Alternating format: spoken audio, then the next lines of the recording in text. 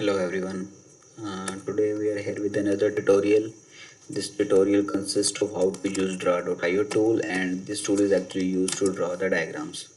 So in this tutorial we will learn how to use draw.io actually, and we will learn about its elements, and then we'll draw a simple flowchart on a case study. I have a case study of the game of names. Let me show you actually what the game of names. This is a simple game and I have coded it in Python. That video you can also find on the YouTube.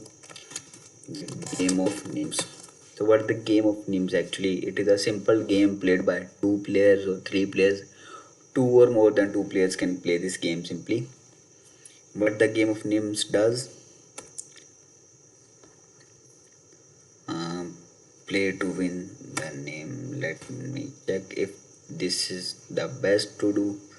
So first of all, let me show you how draw.io works. Draw.io works is a simple online tool where you can draw your diagrams. You can link those diagram to your Google Drive, or you can store them locally. I am storing it locally on my device. I will create a simple diagram. I can choose templates. There are several templates, but because I'm going to draw a flowchart and I know how to draw a flowchart, I will make a blank diagram. So here I'm storing it on my desktop. I'm calling it flowchart, and draw.io supports all of these types. So I am storing it in XML file because it's lightweight weight and I can simply import it again whenever it is needed. So here is the left section of draw.io. It shows elements. There are general elements that are used in every diagram, like this is used in use case diagram. This is also for the use case diagram. This is used for the class diagram for the ERDs. This is used for the ERDs. We will explore these in detail later on, but for now let's start with our diagram. Here is the basic styling of this grid. Like I don't want to see the grid, I can simply arrange elements myself, so I am storing it this way. Let's close this pane so we can get more space here. Actually space is already enough. So starting with the flowchart, a flowchart always have a starting point and we denote it with this, like start. I am starting the flowchart. Start and end will be denoted with this. Next, what after start, what play game of names does. In very start we have a fixed number of stones and each of the player will choose a stone. So first of all we need to choose the random player, so we need to do some time of processing. So I will put it here, calculate, like choose random. Okay, it will choose a random turn of the player. Like if player 1 is going to play, player 2 is going to play, or player 3 is going to play. I am considering, for my use case we are considering that player 1 is a player, player 2 is a player, and player 3 is computer itself.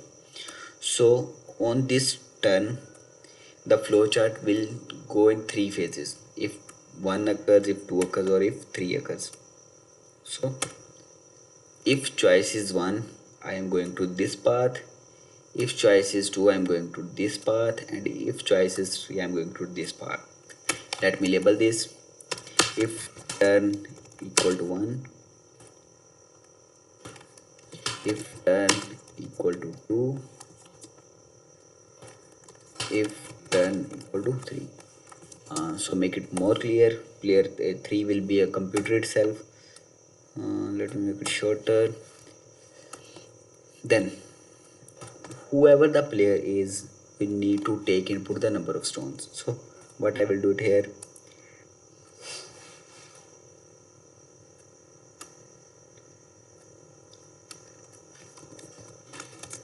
input total stones.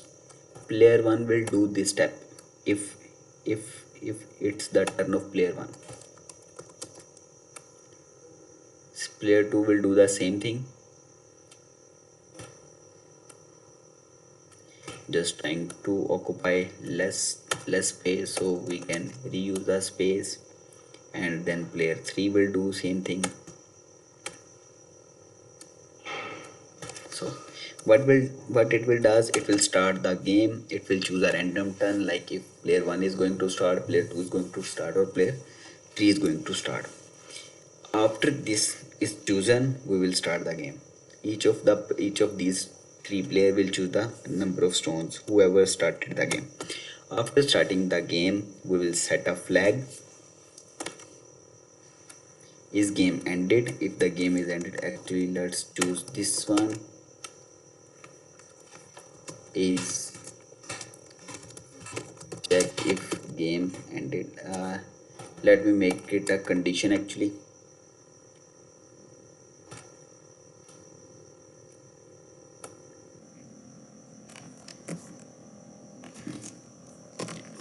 Is finished. It will check if the game ended. Okay, so there are always two options if game is finished or not. So let me put it here. Also this one goes here and this one goes here. Each of the player whoever starts the first will go into this state. If the game finishes, actually what then it need to do, if the game finished, just end the program, and if game is not finished, keep repeating it. Let me put it here. It will be more easier because we need to use the other edges for the other operations of this diagram. I'm putting it here and I am just aligning it here. Draw.io is really easier to use. Once you will draw one or two diagrams here, you will feel really easy to do this again and again. So this is the condition for the players. So what here it will does, whoever the player is starting the game will enter the number of stones. So what here it does, it will enter the number of stones. Okay, but again it will again follow this sub diagram because it always player 1, player 2 and player 3 have its turns. So let me copy this section of the diagram, copy and paste the whole section and put it here. If the game is finished or not, then if turn 1, enter num of stones, play its turn, player will play its turn, it will update the stones and again do the same steps. If the game finished, is the game finished, and same is the for the computer, is the game finished actually. Let me drag and drop it here and then drag and drop it here. What next will be done? Next it will check if the game is finished, then what was the turn actually, who won the game. So I am going to put it here. After, if the game is finished, if the game is finished here, this will be no. If the game is not finished, then the play this need to be done. But if it's finished, if it's yes, what we need to do, we will draw another flow path from here. For easier way, let me actually attach it here actually, because we have low space. And if it says if the game is finished, then what we need to do, we will simply print the message on the screen.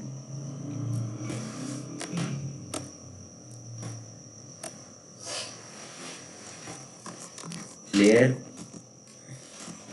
turn means player 1, player 2, player 3 won the game simply, and this will end up the program. Let me put end here because a player will always end the game. So this is the basic flowchart of the names, game of the names, and I hope you got the idea of the flowchart. Put your questions in the comment section and I'll be happy to answer those questions. Thank you so much.